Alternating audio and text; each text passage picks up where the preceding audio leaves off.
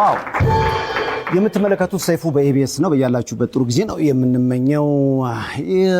ከበዓል በኋላ ሁሌም እንደምናደርገው በተለይ በፊልሙ በሙዚቃው የተለያዩ አዳዲስ ስራዎች ለተመልካች ለአድማጮች ይቀርባሉ። በተከታይነት በቅርቡ ለተመልካቾች የሚቀርብ አዲስ ፊልም አለ። ከባድ ማፊያ የፊልሙ ርዕስ ነው። በዚህ ፊልም ውስጥ መሪ ተዋናይ ነው። አዲሱን ፊልም ለማስተዋወቅ እዚህ ይገኛል። ሳምሶን ቤቢን ሞቅ አድርጋችሁ ተቀበሉት። ሳምሶን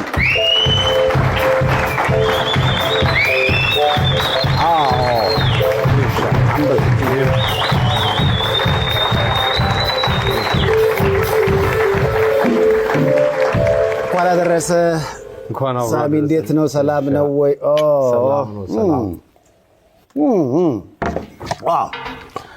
እንኳን ደህና መጣላችሁት። በደንብ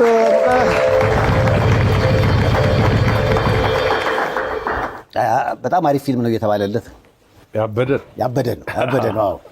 ሲኒማ አፍቃሪው አዳዲስ ነገሮችን በጣም ይፈልጋል። ለዛም ደግሞ መልስ የሚሰጥ ይመስለኛል። በጣም ቆንጆ አድርገን በደንብ ተዘጋጅተንበት በጥሩ መንፈስ ነው የተሰራው። ካራክተሩ ለኔ የተሰራ እስኪመስለኝ ድረስ ፕሮዲውሰሩ በጣም ወጣቶች ዳዊት፣ ዳይሬክተሩ አወል፣ እንደገና አብረውኝ ያሉት ሚጡ አለች። ከሰሌ ጋር ከ12 ዓመት በኋላ ነው የተገናኘ ነው። ትወና ላይ በግል እንገናኝ አብሬ መኖር ያል እና ከባድ ማፊያ ለማየት ተዘጋጃችሁ? የፍቅር ፊልም ነው። ከባድ ማፊያ ብሎ ወንጀል ያለው ይመስለኛል። ክራይም አይነት ነገር ነው። ምንድነው ልጅ ላይ በልጅነት የሚደርስብህ ተጽዕኖ አለ አይደለም? መልካምም መጥፎም ለመሆን ያም ታልፍበት መንገድ አይደለ እንትን የምትለው መጥፎ ማህበረሰብ ካፈራ ያው እንደዛው መጥፎ ሆኖ ለመልሶ ለማህበረሰቡ ራስ ምታት ነው የሚሆነው እና ካራክተሩ በልጅነቱ ጭንቅላቱ ከሚቋቋመው በላይ ጉዳት ደርሶበታል እና ስታየው ከላይ ሲታይ በጣም ጨዋ ምናምን የተከበረ ምናምን ሰው ነው፣ ግን ሌላ ማንነት አለው ከኋላ የተደበቀ።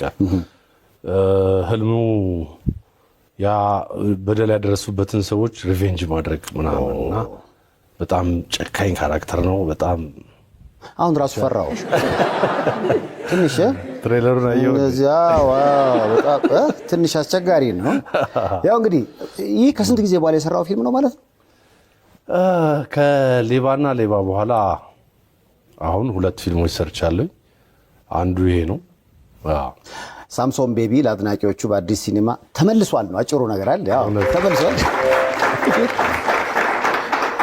ባለፈው አስታውሳለሁ መጨረሻ ላይ ስንገናኝ እዚሁ ጋር ነበርክ። እንግዲህ ፓስተር ቸሬም ነበረ፣ ዳግምም ነበረች። ስናወራ ስለ ቤተሰብ በተለይ ያው ይሄ ትዳር በቃ የሚታከም ነው፣ ትንሽ ጊዜ ስጡኝ እና እስኪ ላክመው ሲል ነበር ፓስተር ቸሬም። እና እንደው አዲስ ነገር አለ? እውነት ፓስተር ቸሬ በቃሉ መሰረት ሕክምናውን አከናወነ? ሕክምና ትንሽ ሌት ሆኖ ነበር ያኔ። እኔም እንደማይሆን ብዙ ነገሮች ይሰማኝ ነበር። ብዙ የተበላሹ ነገሮች ስለነበሩ ሚስ እንደማይስተካከል አውቀው ነበረ። አልተሳካም። በፍቺ ነው የተጠናቀቀው። ምንድነው አንዳንዴ ህይወትን ምን መሰለህ ሚዲያ ላይ ህዝብ አይደለም እንትን የሚያደርግ የሚድርህ የሚያለያይህም ህዝብ አይደለም እና ትንሽ ፕራይቬት መሆን ነበረበት ነገሮች እና ያኔም እኔ የመቅረቤ ምክንያት ልጆቼ ላይ ምክንያቱም ሶሻል ሚዲያው ላይ ልክ ያልሆኑ ነገሮች ብዙ ነገሮች ይዘዋወራሉ ምናምን ይላሉ። አይተህ ከሆነ ድሮ አባቶቻችን እናትና አባት መሀል ግጭት ሲኖር ልጆች እንዲያውቁ አይደረግም። ካደግም በኋላ ያኔ ግን ምንድነው የምትለው ካደክ በኋላ ነው የሚነገር። ያኔ እኮ አባት እንደዚህ አድርጎ እናት እንደዚህ ብላ። ምክንያቱም ልጆች ላይ የሚያሳድረው ተጽዕኖ በጣም ከባድ ነው። ስለ እናትም ሆነ ስለ አባት መጥፎ የሚነገር ነገር ለልጆች ጭንቅላታቸው ላይ የሚያመጣው ነገር መጥፎ ነው እና ከዛ አንጻር ነበረ ለልጆቼ እኔ ጥሩ አባታችሁ በጣም ጥሩ አባት ነኝ። በነገራችን ላይ ጥሩ ባልም ነበርኩ ሆነ ግን አሁን ምን ይሰማኛል መሰለህ? አሁን ደስ ያለኝ ነገር አንተም እሷም ክፉ አላወራችሁም። ባሳለፍነው ሳምንት ምናልባት አይተው ሊሆን ይችላል ተዋናይት ገነትና ረዳት ፕሮፌሰር ሙሉጌታ ጀዋሬ እንደገና ተሞሽረዋል። ግን ከ14 ዓመት በኋላ የዛሬ 4 ዓመት ቃለ መጠይቅ ሳደርግላቸው ገኒ ይሄማ አይታሰብም ስትል ነበር። ስለዚህ ሰዎች ዛሬ ላይ ሆነው የሚያወሩትን ነገር ብዙ ጊዜ አላምንም። በጊዜ ሂደት ነገሮች ሊቀየሩ ይችላሉ። በእናንተስ ቤት ይህ ተስፋ የሚኖረው ይመስልሃል? አይመስለኝም። እሷም እንደዚህ ነበር ያለችው።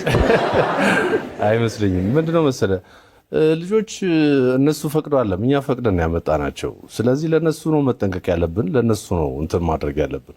ምናልባት እኮ አንዳንድ ጊዜ ልጆች አብረህ ሆነ መጨቃጨቅህ ልጆች ላይ የሚያሳድረው ተጽዕኖ የበለጠ በጣም መጥፎ ሊሆን ይችላል።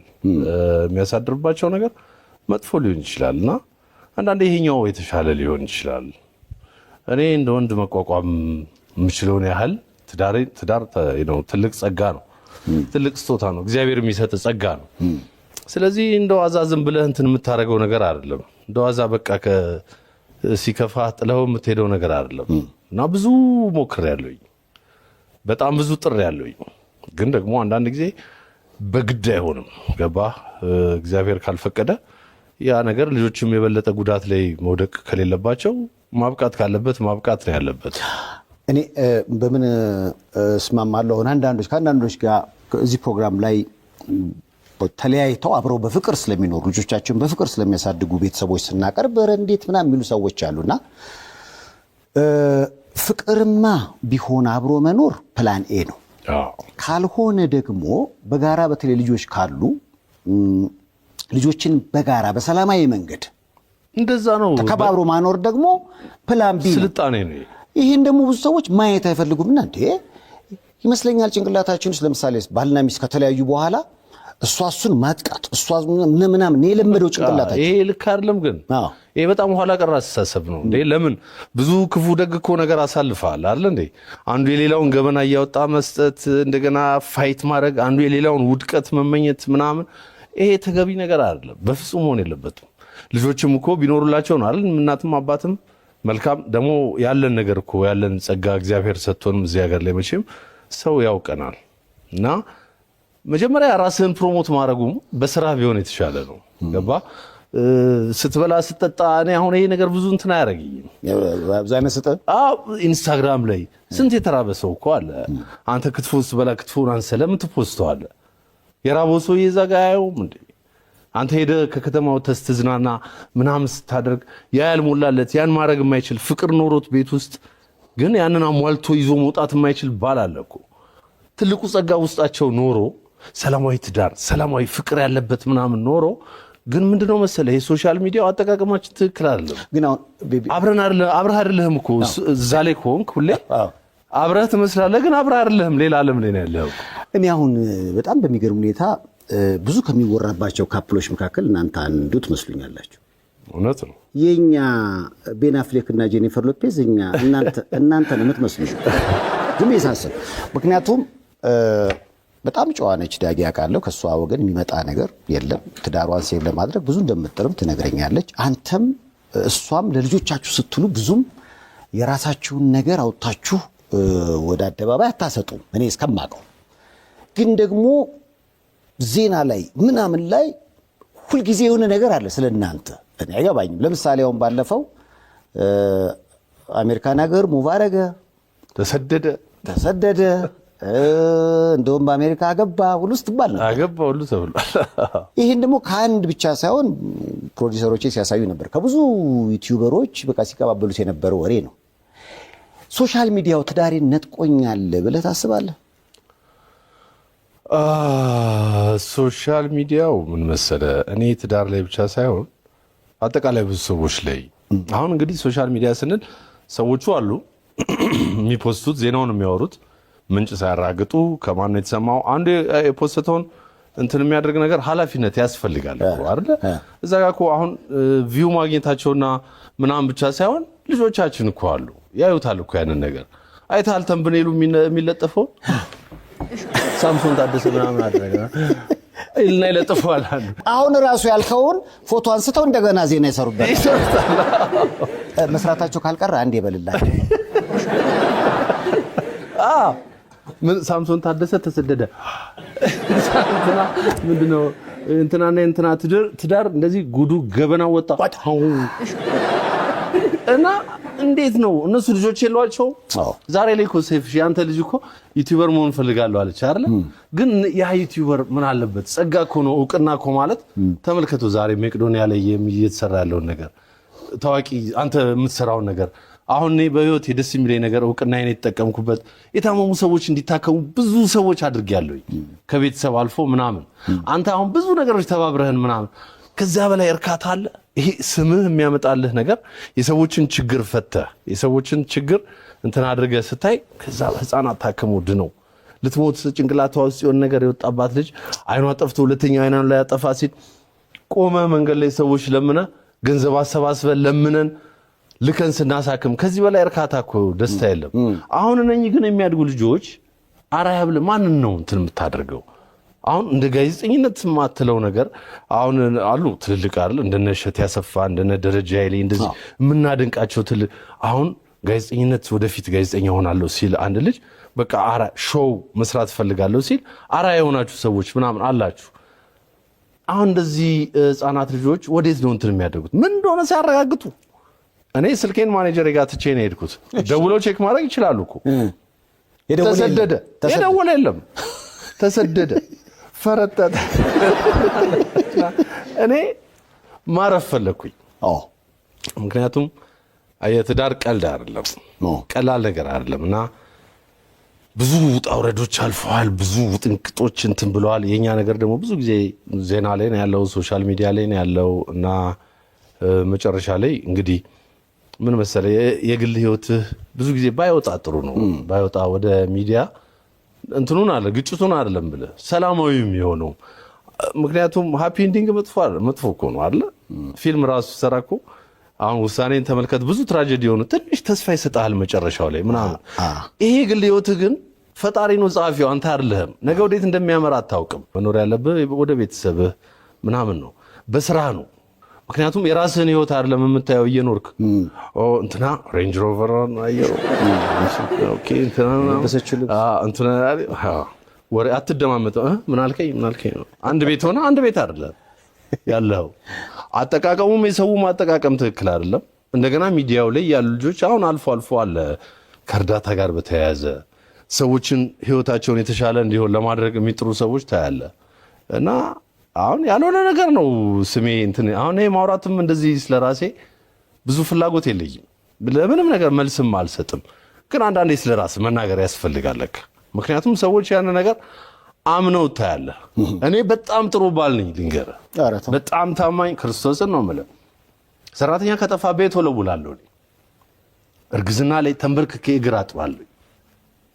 ሐኪም ቤት ስትመላለስ አብሬ ቼክ አድርጌ ምናምን ነው። አሁን ሰው ጋር ያለው ስዕል ሌላ ሊሆን ይችላል።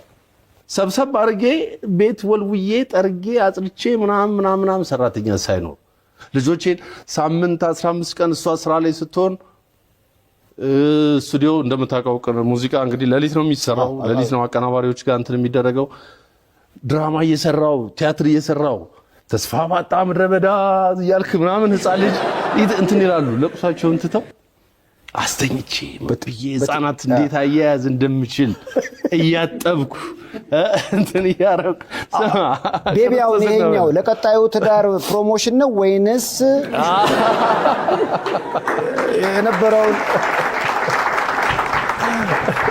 የነበረውን ለመመለስ ነው ወይንስ ለልጆቼ ያለኝን ፍቅርና ስዕሉንም አሁን የተሰሩትን ዜናዎች እኔ አላይም፣ ብዙም አላይም። ግን ሰዎች ኧረ ምን እየተካሄደ ነው ምናምን ይልኩልኛል እና ሳይ ልክ እነኝን ፍቅር የሆኑ ልጆች እንዴት ነው ጥዬ የሆነ ሴት ወድጄ ጥዬ ልሄድ የምችለው? ስለ ራሴ ክሊር ማድረግ ስለፈለግኩኝ ነው። ትንሽ የሚቆጨኝ ባርኮን ነው ትንሹ። እሱ ከመጣ በኋላ ብዙ ውጣ ወረዶች ምናምን ስለነበሩ እሱ ነው ብዙ። ማርካና ማሪዛ ግን ያውቃሉ እንዴት እንዳሳደግኳቸው እንዴት እንደማስተኛቸው። ሳምንት 15 ቀን ቲያትር ሰራላቸዋለሁ ሲሉ ሲጨነቁ ድራማ እየሰራው ተስፋ ባጣ ምድረ በዳ ምናምን ትላለህ። የአንድ እውነት ይሆናል ዳ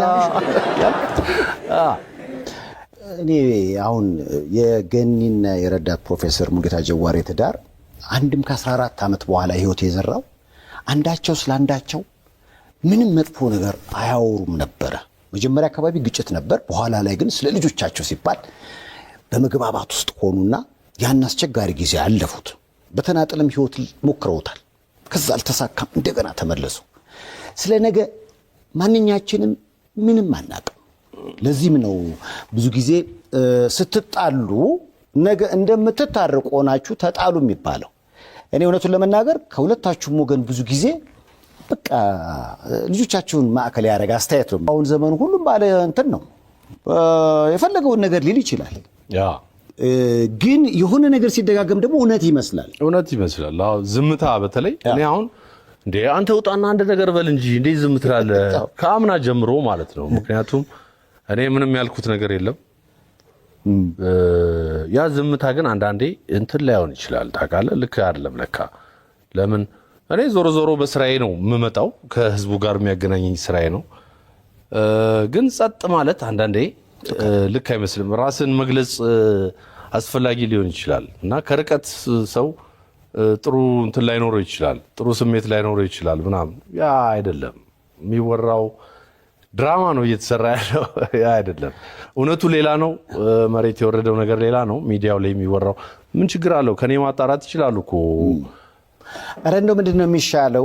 በተለይ አሁን ሁሉም ሰው የሆነች ነገር መለጠፍ ይፈልጋል። አንዱ ያለውን ነገር ቅድም እንዳልከው እኮ ነው። ማኔጀር ጋር ስልክ ተቀምጧል። ለምሳሌ እኔ ከአንዳንድ ደውዬ አግኝቻለሁ። የሚወራው ነገር ግን በጣም አንድ አይነት በሚመስል ደረጃ እኔ ማንን እንደሚከተሉ አላውቅም። መጀመሪያ የሆነ ምንድነው ከ2 ወር በፊት አንድ የቄራ ልጅ ቡጤ የሚባል ልጅ ላከልኝ። ተሰደደ የሚል ተሰራ። ከ2 ወር በፊት እንደዚህ ምናምን ተሰደደ ትኩረት አልሳበም። ከዛ በሁለተኛው ከወር በኋላ ምናምን አሁን በሆነ ጊዜ ወዲህ ደግሞ አገባ የሚል 2 ሰዎች ሰሩት መጀመሪያ። ከዛ በኋላ እያለ እየተከታተለ እኔ እንደውም እዚህ ስመጣ ነው ያየሁት። እዛ ብዙም አላየሁትም እና አገባ፣ በቃ እኮ አገባ። አሁን ሰለሞን ያኮርፋል እርግጠኛ ነኝ። ስታገባ አልነገርከኝም ብሎ ምናልባት የሆነ ደብቀኸኛል የሚል ይመስለኛል። እንግዲህ ግን እንደው ቤቢ ያው ጠጋ ብለስ ወደዚህ ሰይፍሻ እውነት ግን ምንም ነገር የለም። ስራዬን ያገባሁት አረታው የተጋባሁት ከስራዬ ጋር ነው። ከባድ ማፊያ አዲስ ሲኒማውን በእናታችሁ ጠብቁለት ለቤቢ። ከብዳል አይደለ? በአንድ ጊዜ ደግሞ እንዴት ይሆናል ማለት ነው። አንድ ነገር ከገባበት በቀላሉ አትወጣም ማለት ስንት መከራ አይተህ ማለት ያው ብዙ ጥሩም አሳዛኝም ነገሮችም አልፌ ያለሁኝ ምናምን ያን አልፌ ወጥቼ እንዴት ነው አሁን በዚህ ጊዜ ውስጥ ወደ ሌላ ጋብቻ ሌላ አገባ። እነሱ ራሳቸው ማመናቸው ተብለው ከሆነ ማመናቸው እነሱ ራሳቸው በጣም የሚገርም ነገር ነው።